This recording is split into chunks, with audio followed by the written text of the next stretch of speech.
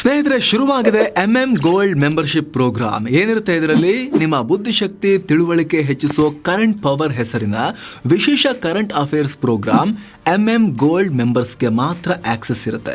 ಜೊತೆಗೆ ಇತಿಹಾಸ ದರ್ಶನ ಹಾಗೂ ಆಯ್ದ ಫ್ರೀ ಸ್ಪೀಚ್ ಎಪಿಸೋಡ್ಗಳಿಗೆ ಅರ್ಲಿ ಆಕ್ಸೆಸ್ ಸಿಗುತ್ತೆ. ಅಂದ್ರೆ ನೀವು ಬೇರೆಯವರಿಗಿಂತ ಒಂದಿನ ಮೊದಲೇ ಈ ವಿಡಿಯೋಸ್ ನೋಡ್ಬೋದು. ಮೆಂಬರ್ಸ್ ಓನ್ಲಿ ಪೋಲ್ಗಳಲ್ಲಿ ನಿಮ್ಮ ಅಭಿಪ್ರಾಯಗಳನ್ನ ಹೇಳ್ಬೋದು. ಜೊತೆಗೆ ನೀವು ನಮ್ಮ ಗೋಲ್ಡ್ ಮೆಂಬರ್ಸ್ ಆಗಿರೋ ಕಾರಣ ನಮ್ಮ ಪ್ರೋಗ್ರಾಮ್ಗಳಿಗೆ ಸಂಬಂಧಪಟ್ಟ ಹಾಗೆ ಕಾಲ ಕಾಲಕ್ಕೆ ನಿಮ್ಮ ಸಲಹೆ ಪಡಿತಾ ಇರ್ತೀವಿ. ಹಾಗೆ ಕಾಮೆಂಟ್ ಸೆಕ್ಷನ್ ನಲ್ಲಿ ನಿಮ್ಮ ಕಾಮೆಂಟ್ಸ್ ಹೈಲೈಟ್ ಆಗುತ್ತೆ. ನಿಮ್ಮ ಹೆಸರಿನ ಮುಂದೆ ಮೆಂಬರ್ಶಿಪ್ ಬ್ಯಾಡ್ಜ್ ಬರುತ್ತೆ. ಎಲ್ಲಕ್ಕಿಂತ ಹೆಚ್ಚಾಗಿ ಸ್ವತಂತ್ರ ಪತ್ರಿಕೋದ್ಯಮಕ್ಕೆ ನಿಮ್ಮ ಬೆಂಬಲ ಕೊಟ್ಟ ಹಾಗಾಗತ್ತೆ. ನೀವು ಗೋಲ್ಡ್ ಮೆಂಬರ್ ಆಗಬೇಕು ಅಂದ್ರೆ, ಈ ವಿಶೇಷ ಸಂಬಂಧವನ್ನ ಹೊಂದಬೇಕು ಅಂದ್ರೆ ಏನ್ ಮಾಡಬೇಕು? ಮಸ್ತ್ ಮಗ ಯೂಟ್ಯೂಬ್ ಚಾನೆಲ್ ನಲ್ಲಿ ಜಾಯಿನ್ ಬಟನ್ ಒತ್ತಬೇಕು. ತಿಂಗಳಿಗೆ ಬರೀ 159 ರೂಪಾಯಿಗೆ ನೀವು ಮಸ್ತ್ ಮಗಾದ ವಿಶೇಷ ವೀಕ್ಷಕರಾಗ್ಬೋದು, ಗೋಲ್ಡ್ ಮೆಂಬರ್ ಆಗ್ಬೋದು.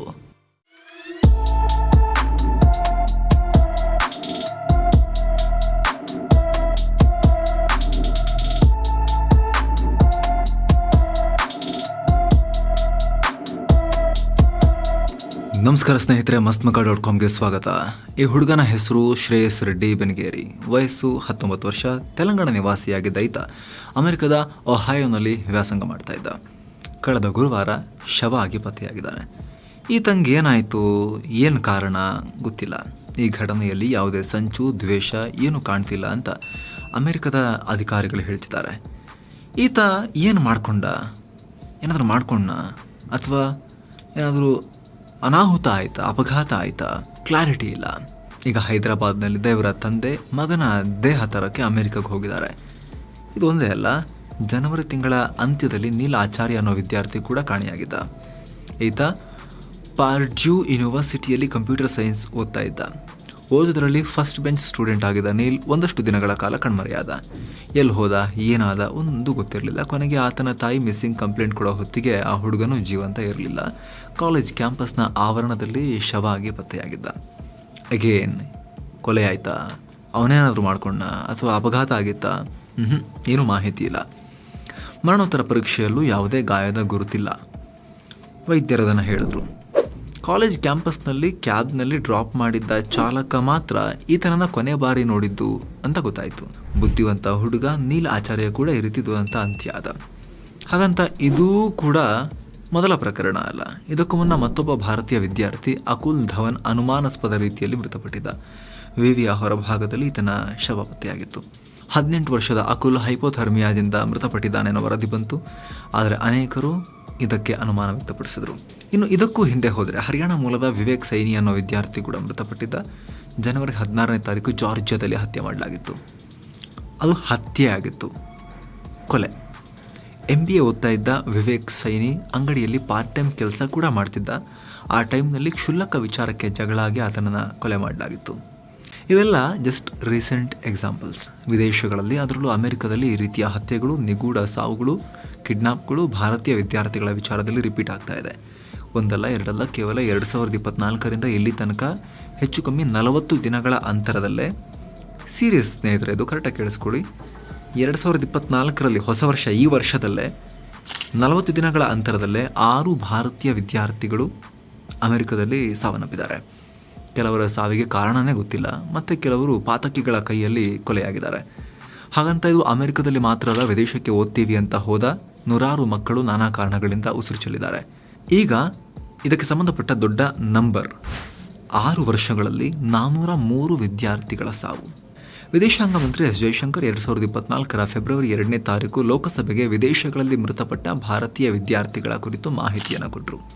ಅದರ ಪ್ರಕಾರ 2018ರಿಂದ ಇಲ್ಲಿ ತನಕ, ಅಂದರೆ ಕೇವಲ 6 ವರ್ಷಗಳ ಅಂತರದಲ್ಲಿ ಬರೋಬ್ಬರಿ 403 ಭಾರತೀಯ ವಿದ್ಯಾರ್ಥಿಗಳು ವಿದೇಶಗಳಲ್ಲಿ ಪ್ರಾಣ ಕಳ್ಕೊಂಡಿದ್ದಾರೆ.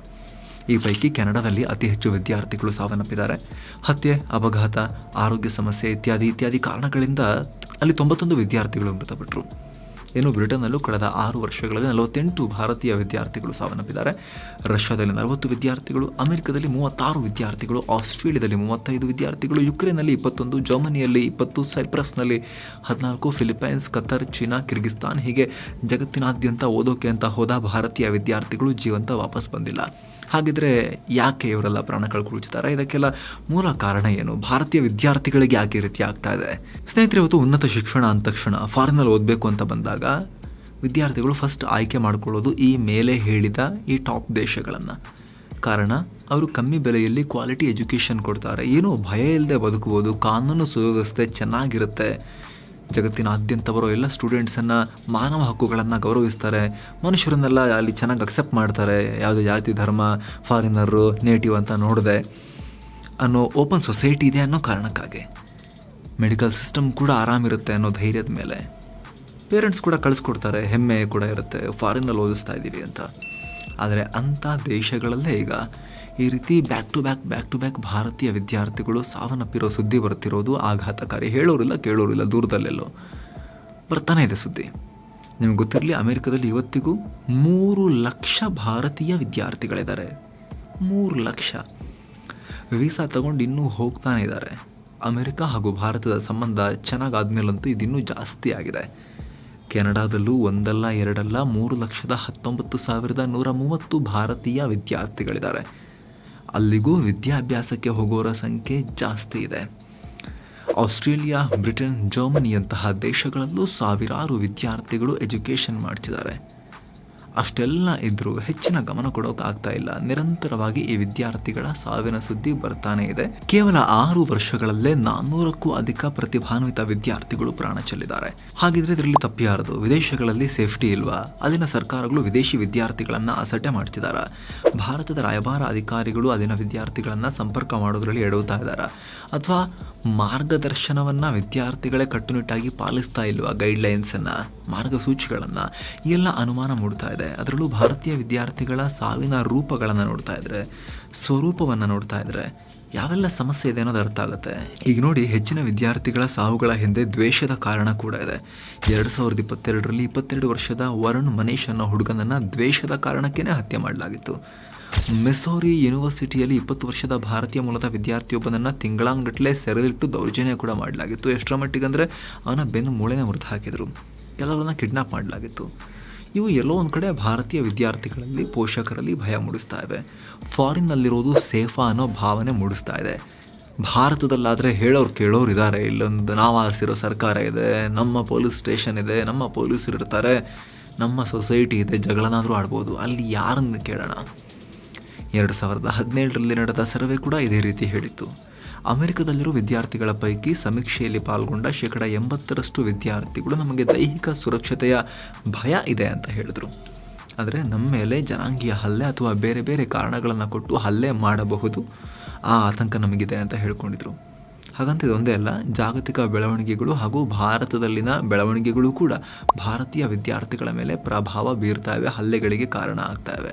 ಉದಾಹರಣೆಗೆ, ಭಾರತದಲ್ಲಿ ಇಲ್ಲಿ ಯಾವುದೋ ಕಾರಣಕ್ಕೆ 2 ಗುಂಪುಗಳು ಹೊಡೆದಾಡ್ಕೊಂಡಾಗ, ಅಥವಾ ಇಲ್ಲಿ ಏನಾದರೂ ವಿವಾದಗಳು ಉಂಟಾದಾಗ, ಪ್ರತ್ಯೇಕತೆಗೆ ಸಂಬಂಧಪಟ್ಟಂತೆ, ಉಗ್ರ ದಾಳಿಗಳಿಗೆ ಸಂಬಂಧಪಟ್ಟಂತೆ, ಮತೀಯ ಘರ್ಷಣೆಗಳಿಗೆ ಸಂಬಂಧಪಟ್ಟಂತೆ ಇಲ್ಲೇನಾದರೂ ವ್ಯತ್ಯಾಸಗಳಾದಾಗ, ಆಗ ಆ ವಿದ್ಯಾರ್ಥಿಗಳಿರೋ ದೇಶದಲ್ಲೂ ಕೂಡ ಬೇರೆ ಬೇರೆ ದೇಶದಿಂದ ಬಂದಿರ್ತಾರಲ್ಲ, ಅವರಲ್ಲೂ ಕೂಡ ಆ ಘರ್ಷಣೆಯಲ್ಲಿ ಏರ್ಪಡುತ್ತೆ.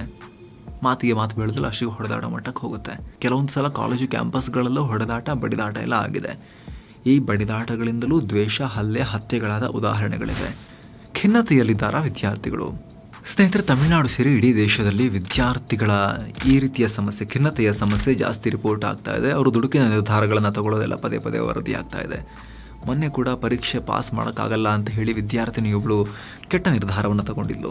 ಈಗ ವಿದೇಶಗಳಲ್ಲಿರೋ ವಿದ್ಯಾರ್ಥಿಗಳ ಈ ರೀತಿಯ ಅನುಮಾನಾಸ್ಪದ ಅಂತ್ಯದ ಹಿಂದೆ ಇದೇ ರೀತಿಯ ಮಾನಸಿಕ ಖಿನ್ನತೆಯ ಸಮಸ್ಯೆ ಇದೆಯಾ ಅನ್ನೋ ಪ್ರಶ್ನೆ ಮೂಡ್ತಾ ಇದೆ.